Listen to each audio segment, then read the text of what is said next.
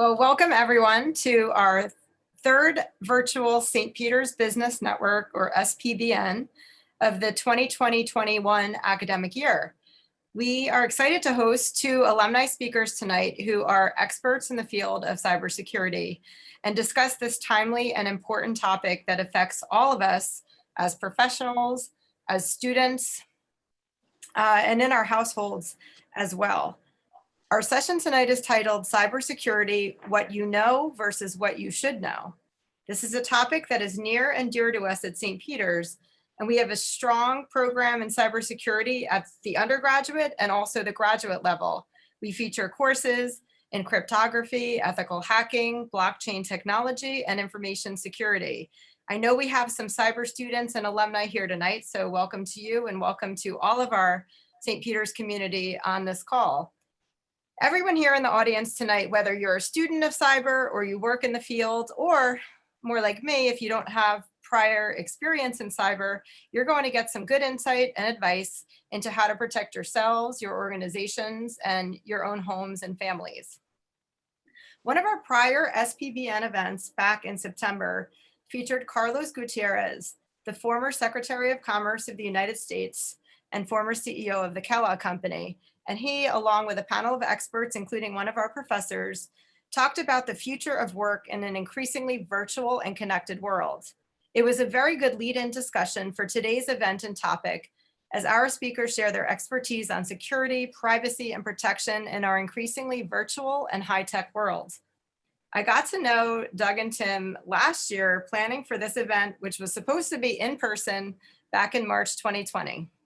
But as the date neared, our panelists had the foresight early on to understand the gravity of the pandemic and the disruption we were all about to experience, which we are still experiencing today, unfortunately. And now, 1 year later, though in many ways it almost seems like a lifetime ago, we are finally convening around this vital issue. And now I'm going to introduce our speakers. Our first speaker is Doug Falduto, class of '86. Doug is vice president. And I'm in Jersey City, so excuse the sirens behind me. Doug is Vice President of Administration and Chief Security Officer at Horizon Blue Cross Blue Shield of New Jersey. He's responsible for the Cyber Information Security Program, as well as the Special Investigations Unit, Corporate Security, Executive Protection, Business Continuity, Emergency Response Planning, as well as Crisis Management Platform. So clearly, Doug has been very busy for the last 12 months during this time. Additionally, he oversees the enterprise corporate real estate and facilities portfolio and corporate services team. His overall focus is on the universal and unified approach to protecting Horizon, its employees, its intellectual property, member data, and all of its assets, while at the same time enabling the execution of Horizon's business strategy. Doug has over 33 years of experience in the healthcare industry and has been in the field of investigations and security for nearly all of them. During his tenure, Doug has built industry-leading and nationally recognized programs in special investigations, corporate security, cybersecurity, and business continuity. He served on the New Jersey Insurance Commissioner's Fraud Advisory Board and is also a member of New Jersey Department of Homeland Security Domestic Preparedness Subcommittee. He's also a member of the International Security Management Association, as well as several other bodies. And Doug earned his Bachelor of Science in Business from St. Peter's and Master's in Public Administration with a concentration in criminal justice from Seton Hall University. So Doug, great to have you with us tonight. Thank you. Thank you. And our second speaker is Tim Gallagher, class of '90, Managing Director with Kroll's Business Intelligence and Investigations Practice, head of the New York office. Tim is a highly regarded law enforcement executive who served with great distinction for over 2 decades with the FBI. Before joining Kroll in 2018, he was a special agent in charge of the FBI's Newark, New Jersey office, where he managed the activities of over 800 professionals. Tim possesses a broad array of investigative experience spanning the areas of financial fraud, counterterrorism, and cybercrime. Prior to his appointment in Newark, Tim served at the FBI headquarters in Washington, D.C. as Deputy Assistant Director of the Criminal Investigative Division, the largest division in the FBI. In this capacity, Tim focused on developing and executing effective strategies to mitigate criminal threats with a financial crimes nexus. He regularly collaborated with law enforcement counterparts in the UK, Canada, Australia, and New Zealand to combat transnational fraud, money laundering, and cyber threats. From 2012 to 15, Tim was the special agent in charge of the criminal and cyber division in the Washington, D.C. field office. And during this time, he played leading roles in several crises and noteworthy investigations, including the Washington Naval Yard shooting in 2013 and a global interest rate investigation. Tim also led the multi-jurisdictional, multi-agency investigation that resulted in the prosecution of foreign-based cyber hackers whose victims included government officials and high net worth individuals. Prior to that, Tim served as section chief of the FBI Financial Crime Section. And in this capacity, he was responsible for financial investigations focusing on corporate fraud, bank fraud, financial crimes, and intellectual property crimes. He has been a featured speaker on fraud schemes and cyber crimes on CNBC, The Today Show, and Fox News. And he's also delivered keynote addresses for the Financial Services Roundtable, FINRA, the FDIC, and other financial services providers. And he's quoted frequently in the Wall Street Journal, the New York Times, as well as the Yahoo News. Tim earned his BS in economics from St. Peter's and is a graduate of the International Leadership in Counterterrorism Program of the National Executive Institute and the Domestic Security Alliance Council. So clearly we have two experts in the field, and without further ado, I'm gonna ask our first question to our panelists. And please note that at any time, any of our attendees can type questions into the Q&A function on the webinar in Zoom. And we're gonna have an open Q&A at the end. But our first question, excuse me, 1 second, I just need to share my screen.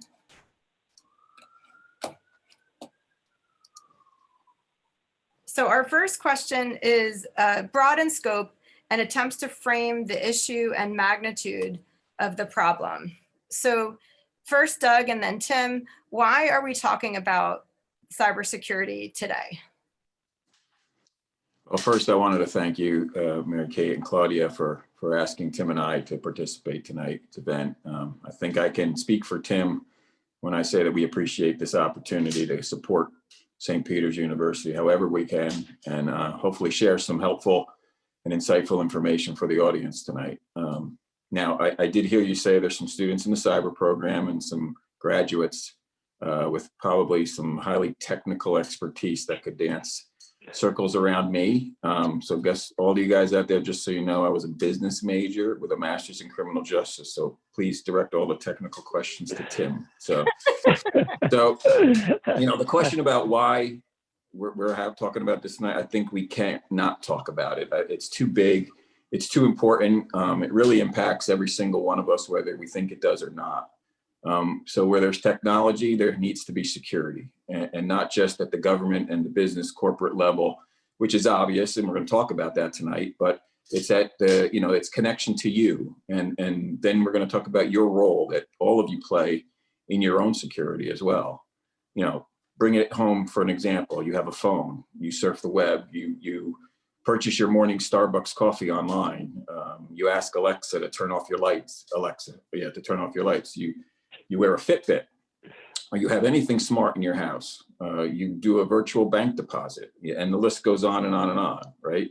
You post a picture, or you do what my partner here does and does the TikTok thing, right? So we're literally, it touches every aspect of our lives. And for you younger generations, whomever, whatever is at the end of what your technology is, they probably know more about you than your parents and loved ones do. So what we did is we put together a little slide here with some data points which you can all see for yourself.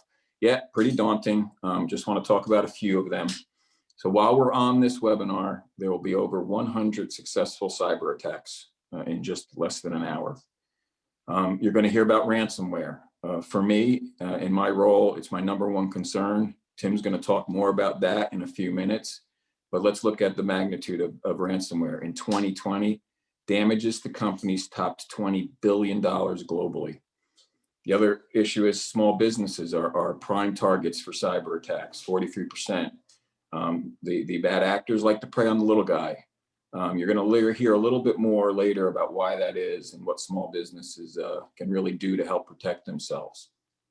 A stat that's not on here, though, is cyber crime is going to total over $10.5 trillion annually by the year 2025. That's what it's going to cost. And then you ask the question, so how does this impact me? And you say, I'm very conscious about my security. And I say, that's great, right? And I'm glad. But first factor is, where's all that money going to come from, right? Every expense gets passed down to the consumer. So if you think about it from a perspective of you're an identity theft victim, there's direct pain, right? You're repairing your credit reports, you're dealing with your bank. And the fact that it was just personal to you and you feel somewhat violated. But even if you're not a direct victim, we're all paying the price for this. So I really feel it's everybody's responsibility to, one, be educated and aware, and secondly, to do their part so that we can, what I call, shrink the surface of what the bad guys can get to. And in my role, I can't be an alarmist, right? So I have to actually be the anti-alarmist. It wouldn't be good for the head of crisis management to be seen running from a building. But let's continue to play out what cyber can do, and the things I'm going to talk about here are not, futuristic, right? They're realities that we have to contend with in society today, and it goes well beyond financial implications. For example, we just read about a hack of a city's water supply down in Florida, right? Somebody tampered with the chemical balance and increased the amount of lye that was going into the drinking water of that community. Luckily, it was stopped, but that was a cyber event. We're hearing about the hacking of autonomous vehicles, right? Now think about what someone can do if they really had a nefarious or a bad thought around what they could do from a damage perspective. They could direct that car into a large crowd of people. We also have seen tampering of electronic medical records. Think about it if someone's having surgery and someone tampers with that information, and if they're delivered the wrong medication during that procedure, what could possibly happen? Or a nation state targeting a major nuclear power plant or a power grid or controlling the operations of a dam. It's real, it's happening. Cyber warfare has now leveled what I call the playing field in all of these things: industry, government, national defense. Let me ask a question. Why would you spend $10 to $15 billion building an aircraft carrier when you actually could disable the enemy's aircraft carrier digitally? And on the business side, why spend millions of dollars on new product R&D when you could hack into your competition's strategic plan and get it for free, right? So I can go on, and there's a lot more examples like that, but I kind of think that hopefully frames the why we're talking about this today. Tim, I don't know if there's anything you'd like to add to that. Great, thanks, Doug. Yeah, sure. Yeah, well, while we're talking about this, I like to think back. I graduated from St. Peter's in 1990. A couple years later, I'm down in Washington, D.C. I'm a federal agent. I got a gun. I got a badge. I got handcuffs. I can go out and lock up bad guys. This is great. This is a lot of fun. And then you start realizing, wait a minute, I can't lock everybody up. I can't catch all these bad guys. So you start thinking, maybe I should be spending more time on the prevention side than on the locking up the bad guys, even though that's the fun part. And that's like sort of what I did like the rest of my FBI career, spending my time and effort, my energy in preventing people from becoming a fraud victim in the first place. So if you are one of these victims here of the millions and billions that, Doug has put up here, the chances of getting your money back, aren't real good, right? So I concentrated my energies on preventing people from becoming victims in the first place, and then transitioning into my role at Kroll, doing the same thing in the private sector. So that's all I would add to that. But thanks. Thank you. So can both of you share some of the top cybersecurity trends that you're seeing? Things like ransomware that you see up here, phishing, healthcare. Maybe start with ransomware. Sure, thanks. As you saw in the slide that Doug put up a couple of minutes ago, ransomware has grown to be a $20 billion crime problem. 20 billion, that's billion with a B, absolutely huge. In 2014, I was on the Today Show. They did a little piece on ransomware, and as you saw, that it was a $320 million problem at the time. it was about a 5-minute piece. And like, things that they focused on at the time, someone could get into your computer and, ransomware, as I'll back up for a second. What is it? It's locking up your data, locking up your devices, and demanding money in return, usually through Bitcoin. And this little piece they ran on today was about, locking up your pictures, like all the pictures that you took from your vacation. You may not be able to get to them, or you may not be able to get to the documents that you need to complete your tax returns. And this can be really bad, and that was the focus of the piece. Fast forward, 5 years later, you will get entire cities locked up with ransomware attacks where they're shutting the whole grid down in the city. Or as Doug talked about, medical attacks. The thing about ransomware that makes it so devious and so successful is that they attack things where there or vectors where there's a real sense of urgency, right? Where is there more of a sense of urgency in medical devices that are providing life-giving care or medical records that are needed to allow procedures to go on as scheduled, or emergency procedures to continue? So that's why ransomware has been been such a growing crime problem. We'll go over to business email compromise, and then I'll pass it over to Doug. That's another area that I'd like to give you a little bit of background about. It's kind of a term of art in the cybercrime world, the business email compromise.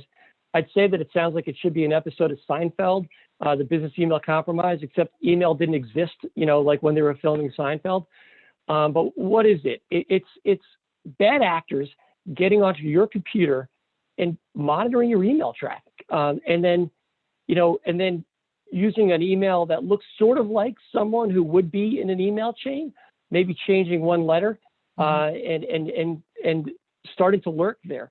And why are they lurking there? They're collecting information, but they're looking to monetize why they're on your computer. So they hack in, usually through some kind of a phish. You click on something, and then they'll lurk there. So what they'll do is they'll either be looking for an event that's going to happen that they can jump in and use their email to tell you to direct funds to another bank account somewhere where it shouldn't be going. So if your company is going through a merger or something along those lines, and they're seeing that in the paper, they're going to do some research and figure out who should be involved in this merger. And they'll jump in and start reading on that. And then as soon as they see that some money should be wired, they'll go to the person who should be wiring it and tell them, no, we're changing this. You need to wire it to this account right here. And then hoping that they'll just reply to that email and send the money there.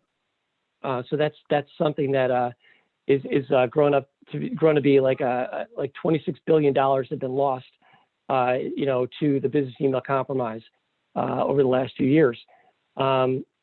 Additionally, sometimes they'll create an event where they'll sit on your computer and they'll figure out who you talk to sometimes, and maybe they'll pretend to be your boss and say, hey, I'm traveling right now and I need you to wire money to me. So that's the way to create that. And I'll close with this in the business email compromise. Obviously I'm a Jersey guy, and I went down to Washington, D.C. a couple of different times in my FBI career.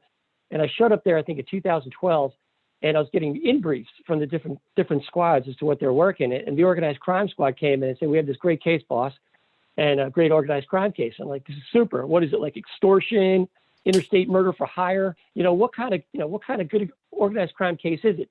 He's like, well, it's a business email compromise. I'm like, whoa, okay, well, let's back up here. You got wise guys, cyber guys, committing cyber crimes. And it's just like, Willie Sutton said, that's where the money is. They rob banks because that's where the money was. Well, this is where the money was. And these were Eastern European criminals who had some cyber expertise. They recruited hackers into their network. Some of these hacking tools you can buy on the dark web, which makes them, so widespread. So, it's not just, the really, the sharp hackers, who sit there, the researchers. It could be anybody using hacking as a service, using that business email compromise to jump on your system and maybe monitor when you're getting ready to go to real estate closing and jumping at that last minute and have the money wired to the wrong place. So that's obviously a really big crime problem on the internet that we're dealing with as we speak. So I'll turn it back over to Doug for a couple more pieces of good news. Yeah, really.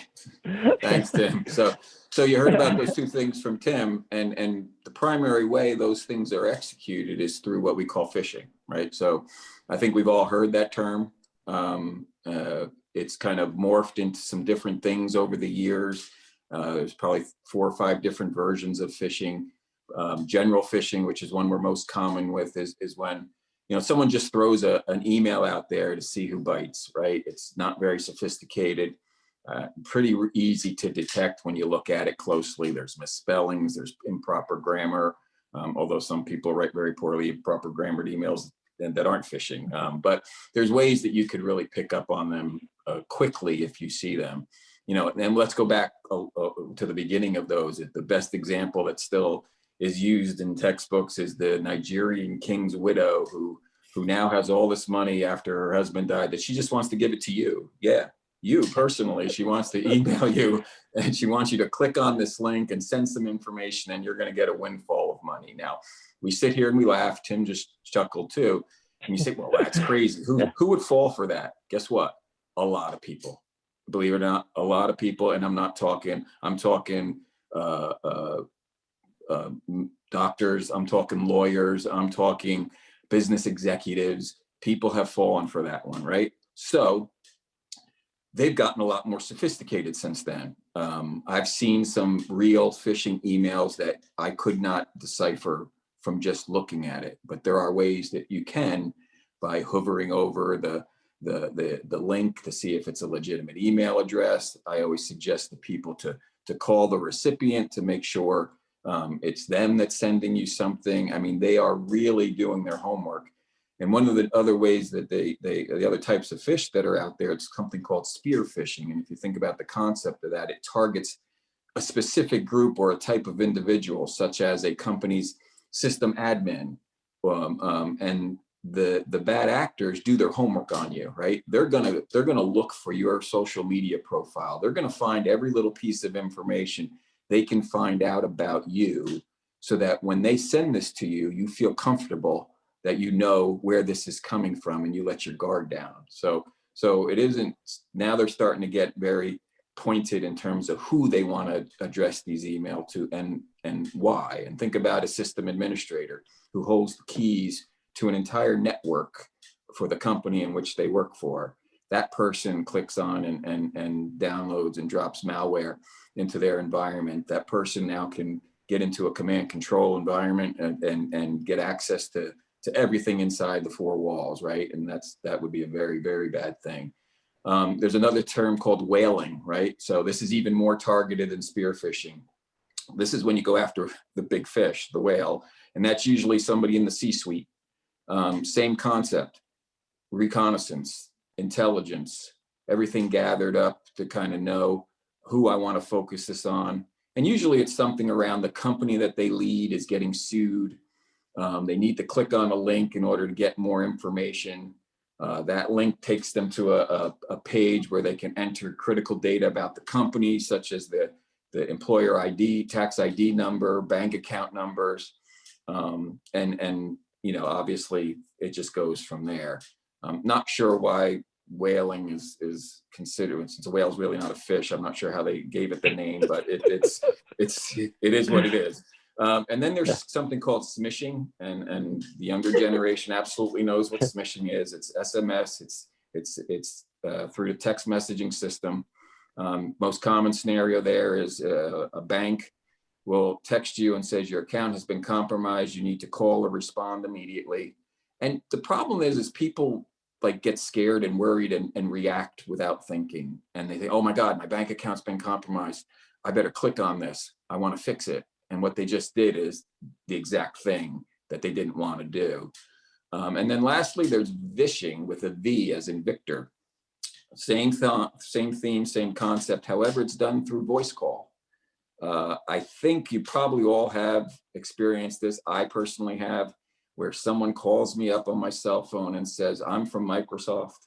We're worried because you appear to have a virus on your computer. We can see it from here, right?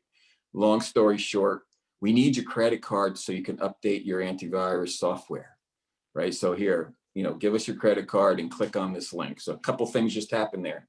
You gave them your credit card, which they're obviously going to quickly go use before you figure it out. And secondly, you clicked on a link. So now they have, they're inside your environment. So phishing is probably the primary way in which a lot of these larger types of events, ransomware, business email compromise, get started, right?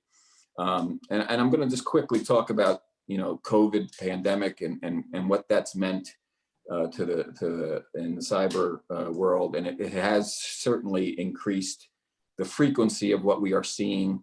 I've always been a little surprised, and I'm not sure why, because I've seen it both on the healthcare fraud side as well as on the cyber side, where people prey on people when they're in a stressful or an anxious time, whether it be a hurricane and they're working and suffering through the recovery of a natural disaster, or in this case, a pandemic where people are just panicking and worried and upset. So when you craft a fish, or you want to prey on them, they're more apt to respond or do something that they probably normally wouldn't do, and if things were not all stressed and all chaotic around them. So we're seeing people prey on the individuals, saying, here's how you can get your vaccine, click here, this will get you an appointment tomorrow, all those types of things that they know people will do more likely because of the situation they're in. I'm going to quickly shift to healthcare, and I'm a little biased in this space because I've been in the healthcare space for almost 34 years, right? It is now, and I think Tim will agree with me, the prime target of cyber criminals and nation states. Just a few months ago, the Bureau put out a warning saying that they had intel that indicated several nation states were targeting healthcare in a concentrated attack in the United States, right? So why would anyone be interested in healthcare? Couple of reasons, right? Financially motivated. It's a treasure trove of an opportunity for a bad actor. We're going to start small. And it's not my intention to minimize the small part, but someone gets a hold of your healthcare record, your personal healthcare record, they can do a lot of damage with that, right? So think about what information either an insurance company or a hospital carries about you, right? Much more than a bank does, right? So they've moved their focus away from financial services, and they're saying, wait a minute, we can get all we ever need from a healthcare company. And guess what? Healthcare, hospitals aren't as sophisticated yet as the financial services industry. So they don't even have the maturity of the cyber programs to prevent this. So they're, again, easy prey. So you can do medical identity theft. You can do, you can craft convincing, phishing messages from the intel you get out of that. It's commonly bought and sold out there on the darknet marketplaces, and it catches a pretty penny. So if the person who just wants to make some quick cash, they're targeting healthcare because they can easily get as much information there as they can anywhere else. And for me, the reason I'm so passionate about this is because it's so different than someone stealing your social number or your credit card number, because there are ways you can fix that. Meaning you could cut the credit card off at the bank. There are people that have gotten new social security numbers because their social security numbers have been compromised. Yeah, it's a pain and it causes a lot of grief, but it's fixable. I always ask the question, how would you feel if your medical diagnosis was published on the front of the newspaper or published on a web page? Hey, Doug Faldudo has this. Or this is, and all of your medications and all of your diagnoses were listed there for someone to see. Guess what I can't do in my role? I can't get that back. Mm-hmm. I can't undo what just was done. So the focus and the efforts that we now have to have in the healthcare space are absolute necessary, because the damage is not able to be repaired. And that's why I really am so focused on making sure that my organization has best in class from a cyber perspective. Now, when I mentioned the larger attacks, we've seen hospital systems who have been held hostage through ransomware attacks, right? One attack that I'm aware of brought a New Jersey hospital to its knees. They had to revert to doing everything with paper and pen for all of their operations. They had no access to any computer data at all. They had to rebuild their entire environment from scratch. In one case, they had to refuse a patient treatment, and the delay in giving that person treatment actually ended in that person dying as they were being transported to another hospital for the emergency services. You know, it's terrible, but it's scary at the same time. But you know, the last thing I'll say about the healthcare space is there's also a third motivation, and that's intelligence. You know, we know there are certain countries that are looking at universal healthcare, and it's concerned about, let's say, increasing cancer and mortality rates, or the cost of providing national healthcare.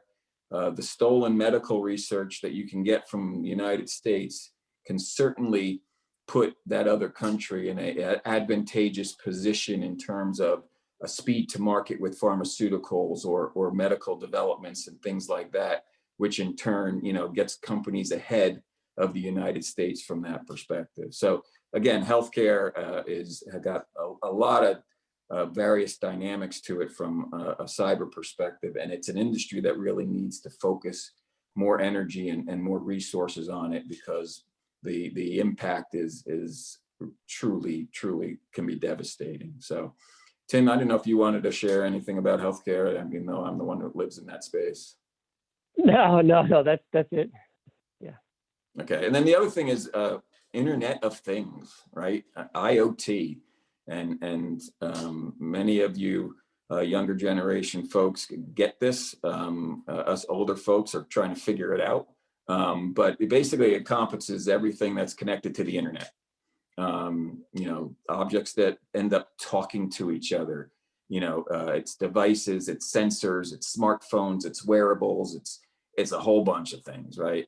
And it's important to have. This is important technology. It's, you know, we want to extend the power of internet connectivity beyond computers to all of these other things, because if those things work properly, we become more efficient, we become smarter, we are able to do more things more quickly, and that seems to be where everybody wants to go.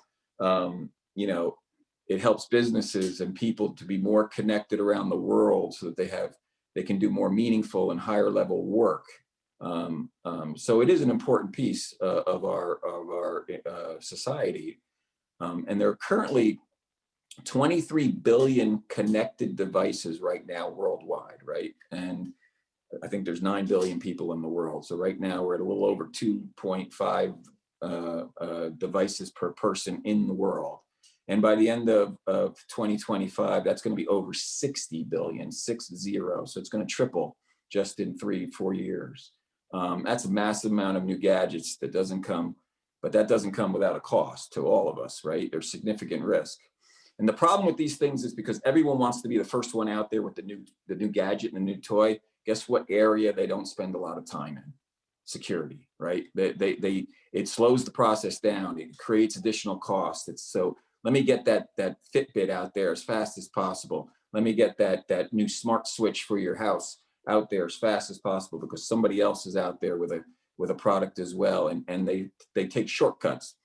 And the problem with those IoT devices is they don't get updates. They don't get enough updates. Some don't get any updates at all in terms of security software or any type of newer technologies around them. And that means once the device that you bought was secure, you know, it becomes insecure over time if nothing is done to it. So it becomes prone to hackers and to other security issues. You know, and the other issue with IoT that I'm finding is it's the lack of user knowledge and awareness. And I know people, I wouldn't say it's me, but I know people in my house who like to open up a box, connect something, and that's it. They think it works and they're very happy about it. But, you know, a perfect example is the Ring camera that made the news I think it was in New Jersey, I believe, or the Northeast at least, about 6-7 months ago, where, scary as it was, there were people hacking into people's cameras in their houses with their kids' rooms and talking to their children, and not such nice terms. And the reason being is everybody thought Ring was the problem? Well, actually the problem there was that the person took it out of the box and left the default password in place on the camera, and anyone can guess a default password, right? I just have to go out and buy a Ring camera and I know what the default password is, right? So it's important for the user to be aware that they have work to do on their end to make the device that they just bought to make their life easier, more secure as well. So the user ignorance thing plays a big role in IoT. And then it reverts back to the whole healthcare space, right? So we're seeing the hacking of medical devices, for example, in pacemakers or in devices that make insulin shots. There's vulnerabilities being found in these implantable cardiac devices that allows a hacker to alter the pacing or the shocks of the device, or even worse, deplete the battery, and the person would never know it. I mean, this is not futuristic. This is real. So all I can say about IoT is if you are somebody who has smart things and likes smart things, you need to do a little bit of homework to make sure that you can secure those things properly so that you're not exposing yourself, your family, your personal information, things like that to the bad guys. So. Thank you, Doug. We have a question that came in from the audience, and I think it kind of fits as we're talking about impacts. So I'm gonna ask Doug and Tim, and this is from J.M. Corey, one of our attendees. He's an alum of the class of 71. He worked in the corporate world for over 20 years, and then in the small business space. And for his personal accounting now, he uses programs such as AVG, Malwarebytes, and Spybot, which run regular scans. So he's asking, is there anything that he should be doing to better protect their data? So I'll go quickly, Tim, and you can jump in after me. So I'm assuming the data from the small business perspective is how I understand that, right? And you certainly don't have the same level of resources as your corporate life did when you held that role. So there are things you can do. And I think everything that you're doing is right on the mark, but it doesn't stop with just scanning your network, right? So you do want to do that, but there are other things that you want to do. And if it's a small business, I'm not sure, if you've hidden your hi-fi network, you've set up your access point router so it's not broadcasting the name out there, and you've kind of got that secure, that should be an easy thing. And then it goes into things like using multi-factor authentication for the people who have access to that information, the employees of your business. Are you backing up your data? Is there a way that you can replicate your data somewhere outside of get it outside of your environment in case you are a victim of a ransomware attack? The best response to a ransomware attack is to have a second copy of what you need sitting somewhere else that the bad guy can't get to, right? So, all right, yeah, you're holding me ransom here, but guess what? I can flip a switch and I can still be functional and operational because I've got a secondary environment with the same information sitting somewhere. So there's things you can do like that to further protect yourself and your employees. And depending on how large your organization is or how large your company is, I focus all my energies on training and awareness. I really do. The numbers are staggering in terms of human error or human action that causes the incident or the event from a cyber perspective. So, if you wanted to spend a little time focused on educating folks that are in your organization that have access to your systems and network, I think you wouldn't be wrong doing that. But it sounds like you're thinking about it, which is the first and number one thing to do. Tim, anything you'd like to add? Yeah, absolutely. So like you said, like small businesses, the first thing you need to do is realize that it can happen to you. Don't say, well, they're not going to go after me because I'm a small business. You're precisely who they're going to target. Why? Because they're counting on the fact that maybe you're not maintaining or patching your system the way a major corporation might.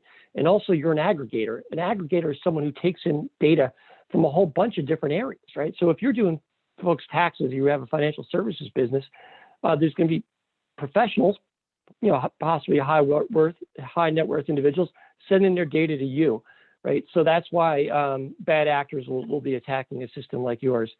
So just like Doug said, patching, backups. Well, where I work now with a consulting firm, that's the first thing we ask when someone gets hit with a ransomware attack.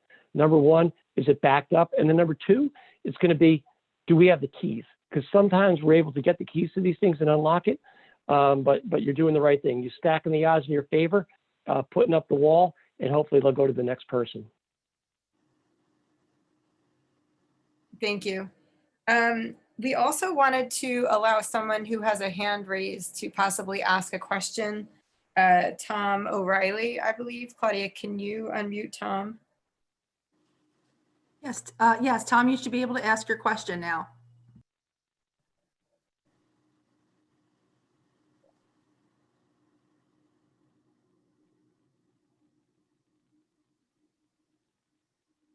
We could come back to Tom. And I also want to add, Doug and Tim, two additional questions came in, both related to cloud servers and sort of cloud technology. So related to IoT, what do you advise? And I know you're going to talk about best practices in a moment, but what do you think about security of the cloud versus on local servers? Well, from my perspective, if you would ask me that question 5, 6 years ago, I would have said, stay away from it, right? I think when it was first introducing itself as a big player in the space, especially on the corporate side, my team and I were not comfortable going full cloud.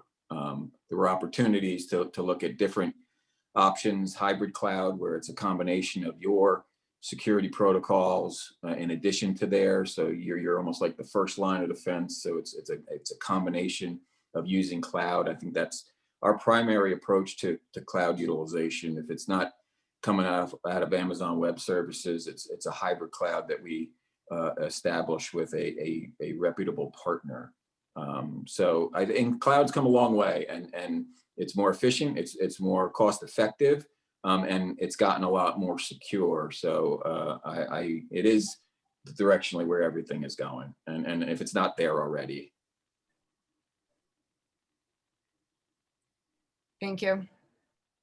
So taking note of the time, I definitely want to make sure we get to best practices, because I think that's very important to everyone in attendance. But prior to that, can you speak just a little bit about these 3 areas of impact of some of these cybersecurity threats that are out there? Sure. Yeah, I'll take the first one. Financial. Obviously, that's the one that everyone focuses on. What's the financial impact, to your business or to you personally? Business interruption. Losing the ability to carry on your business, and that could be, not even a hack that they get into your environment. It could be what we call a DDoS attack. Denial of service, where your computers just get pelted with computer signals that'll knock you offline and leave you unable to conduct business. And obviously, there's ways around that, but that's something that's out there. Destruction of equipment. Doug talked about folks having to rebuild their whole system after a cyber attack. And then the rise in cyber premiums, cyber insurance. We had a question before from a small business. Hey, yeah, cyber insurance. I think it's a great idea. To have that to protect you against the existential threat out there. But the premiums are going up, some as high as 25% to account for the losses that are attributable to cyber crimes. I'll kick it over to Doug for reputational. Sure. Yeah. Thanks. Yeah. And so from my company's perspective, one of the huge impacts of any type of cyber incident is how do our customers view us, right? So they're entrusting us with probably the most sensitive information they could possibly have. So they place a lot of emphasis on our ability to protect their employees' information, their healthcare information. So for us, the reputational impact of a breach or an incident would be devastating to us.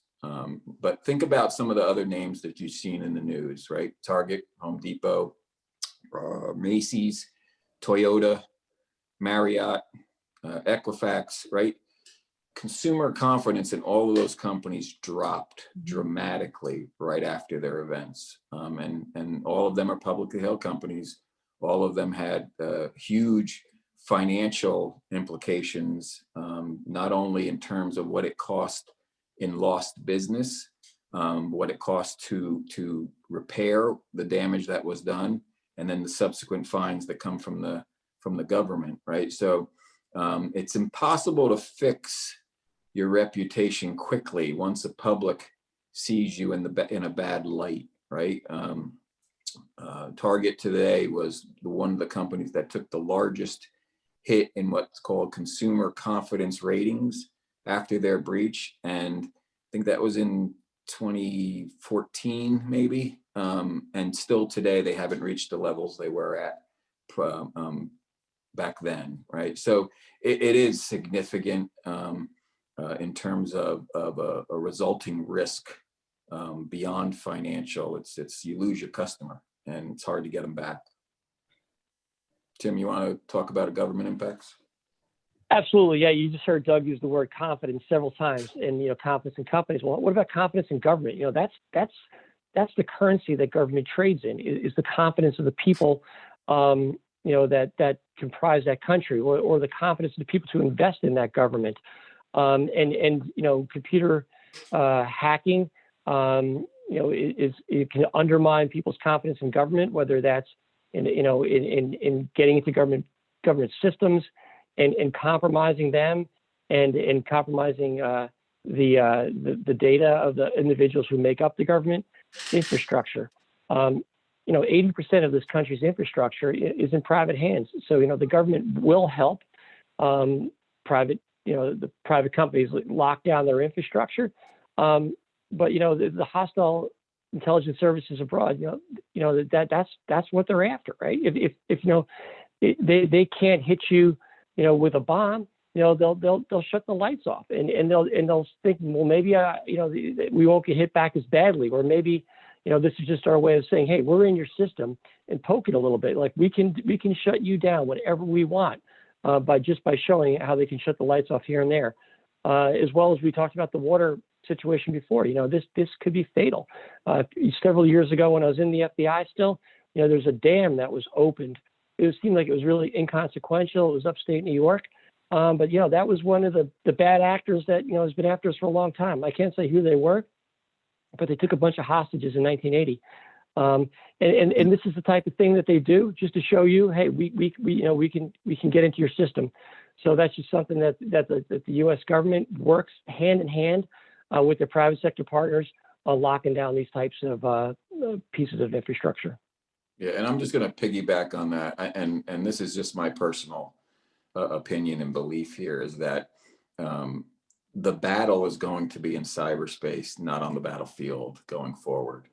And any significant conflict is going to be done in cyberspace, and that is worrisome, as you've seen with the SolarWinds event that happened in December, where they've attributed it to Russia, so we can say it out loud. It's made the papers, right? That they were able to get inside the federal government, into organizations in the federal government that you wouldn't think anyone could get to, and that's a game changer in our space. It woke a bunch of people up, right? But to me, the next big, I don't want to use the word war, but the next big conflict to me is going to be done over cyberspace, not with guns and bombs and things like that. That's just my personal belief, because you can do so much more damage with a lot of less casualties and impacts on your end, and resources and all that stuff. You just need a good team of really, really strongly skilled hackers, and they can get anywhere. I've always told my board of directors, when I sit in front of them, I said, I can't stop everybody. It's impossible.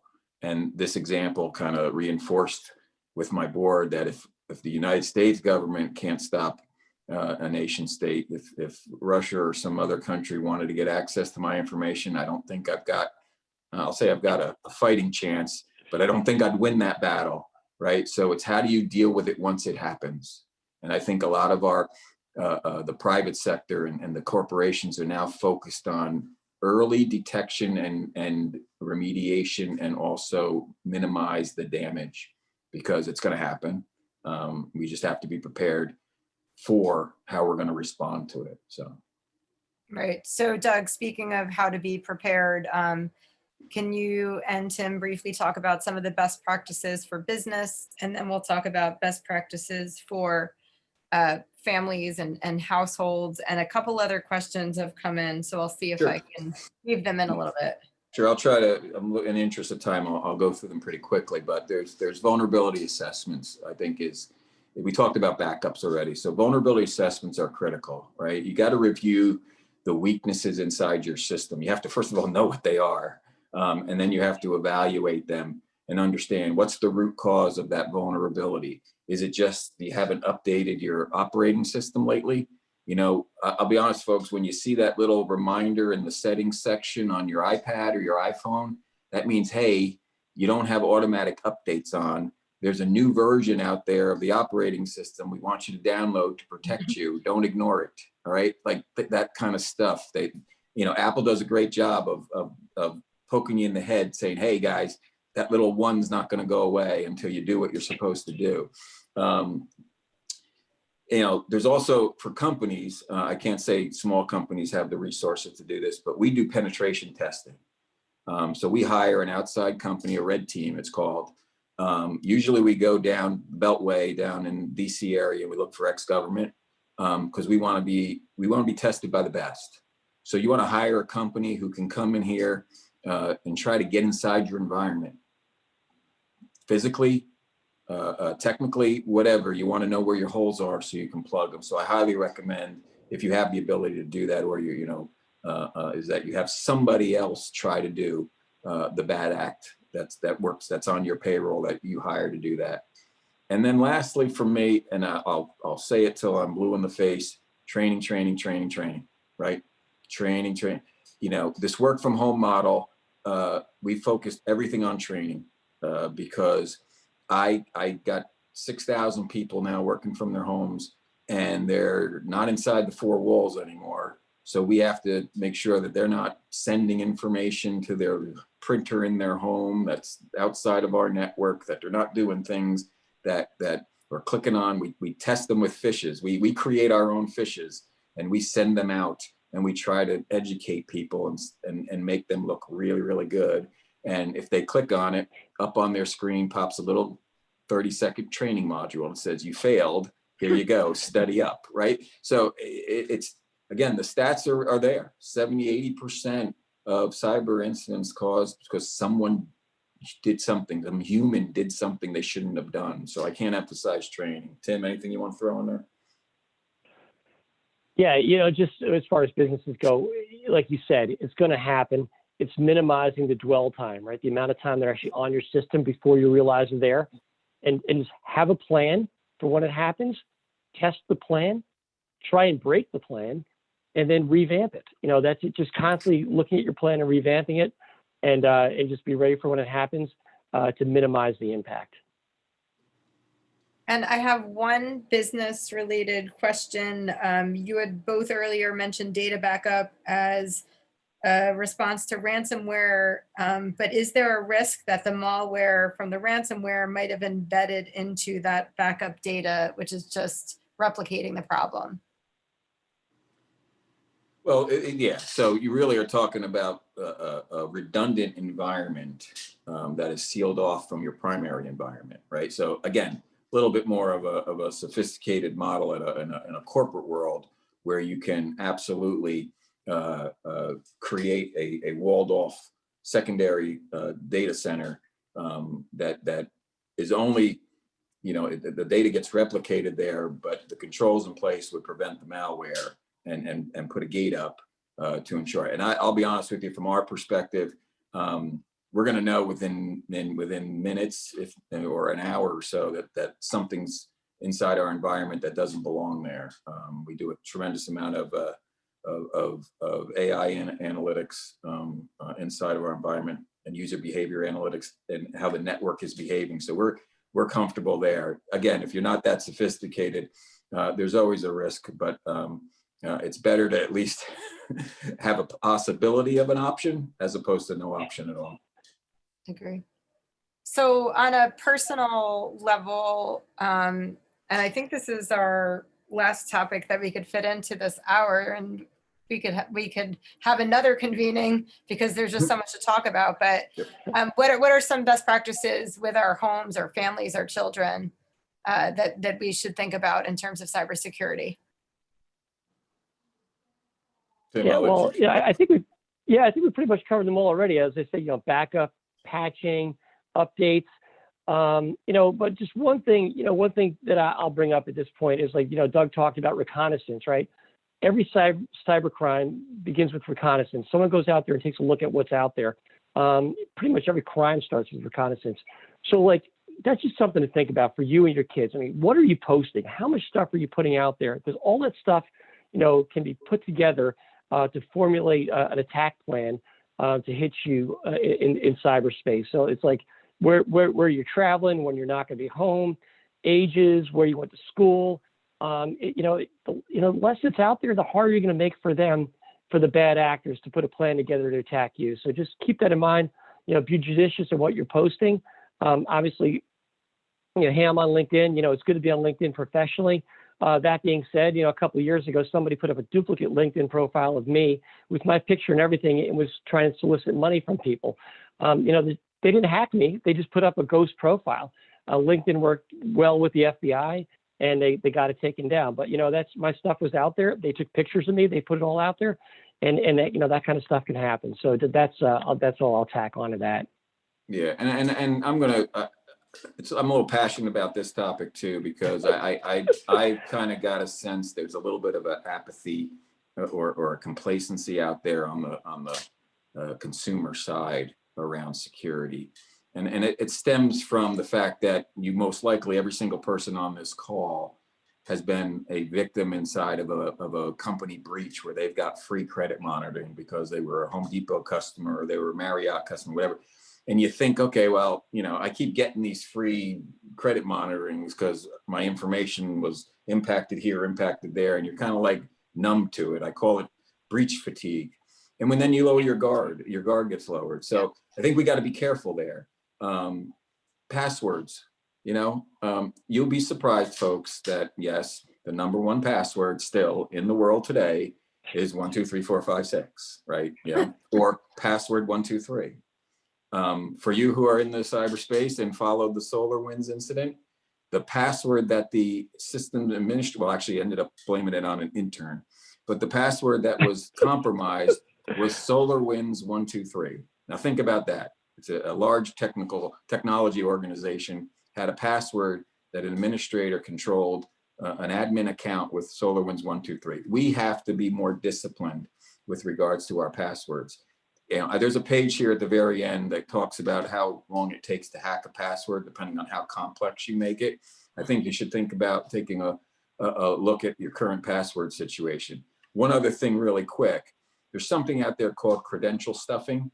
Not many people are familiar with that term unless you're in the space. So you were a victim of that Home Depot attack, right? Or that Home Depot breach. Your Home Depot password and login were compromised. Well, guess what? That's out there on the dark web, right? So if you used your name and your Gmail address as your login name, and the password that you used for Home Depot, you use on your other accounts, because you figured out Home Depot's is no good anymore. I changed it on Home Depot, but I never changed it on anything else. That information is going to come back, and someone's going to figure out that they can get into any one of your other applications where you use that same password. Right? So that's why it's called credential stuffing. They get these credentials off the dark web, and then they start throwing them out at every single, place they can to see what comes back with a positive hit. So discipline around that is very important. And also, if any company offers you what's called multi-factor authentication, take it. Don't say, I don't need that. Dismiss, next, give me, that's too much work for me. No, use your face, use your fingerprint, use a text to your phone to verify it's you. It's a little extra work, but I guarantee you it's the #1 way you can prevent somebody from acquiring your credentials on that application that you're trying to get into. So there, I'll end because I think I talked too long. I can say, looking at the chart, I'm definitely in the red for almost all of my accounts. So if anybody wants to share this chart afterwards, I'd be happy to do so. I think, do we still have Tom here who'd like to ask a question? I don't think so. Okay. Sorry, I don't know if I did a great job monitoring everything at the same time, but thank you so much to our speakers tonight. I think we have a ton of food for thought. I'm going to ask you if you could give one piece of advice as we look towards the future as it relates to cybersecurity. Hopefully one that's optimistic. I'm a little afraid of cyber war now, but and thank you to the audience for your participation as well. So I'm going to ask Tim, piece of advice for the future outlook. In a nutshell. In a nutshell, yeah. So, what Doug talked about, having highly skilled hackers abroad, being the weapon of choice as we, move into the next decades. These individuals, there's also leakage. They do things criminally on the side as well. So the tools that they develop are going to turn up, in the criminal world as well. So just everything you can do that we talked about for best practices to arm yourself and arm your business to protect yourself against them, go ahead and do it because there's no end in sight, and so just go ahead and do your best with these tools that we gave you today. Thanks. Okay. And I'll try to leave on a glimmer of hope for everybody. I do realize I've been the downer of the night, but there's progress being made, and I use this. We don't let a crisis go to waste. Is how I view this. We're in a crisis mode, and I think some of the things that have happened recently have woken a lot of people up at the government side. I think you're going to see regulations get promulgated that are going to do more for cybersecurity in the future. Now, as somebody who has to implement those things as an organization, go back to the HIPAA days of how painful that was to do. But if we didn't do that, imagine the place we're going to be in. So I think as we get smarter, the government and the regulations and the protections that are going to be afforded you as a consumer are going to get even better going forward. But again, I will not minimize your role in all of this. And you own your own security. Nobody owns it for you. You own it. So I would just make sure that you look at it that way. Very, very good advice. Tim and Doug, we're going to have to bring you back for a follow-up conversation because the questions are flowing in. We have a couple career-related questions related to cybersecurity. So to everyone in the audience, we will have other events and sessions coming up over the next few months on the topic. I don't know if we'll get Doug and Tim back, but I think they offered us such a wealth of information, and really your experiences and your different fields are so valuable to us, and we're very proud of you as alums, and thanks for always taking the time to give back. Thank you to everyone in our audience. Thank you to Claudia for organizing, and I hope everybody has a wonderful night. Thank you. Thank you. Thank you very much. Thank you.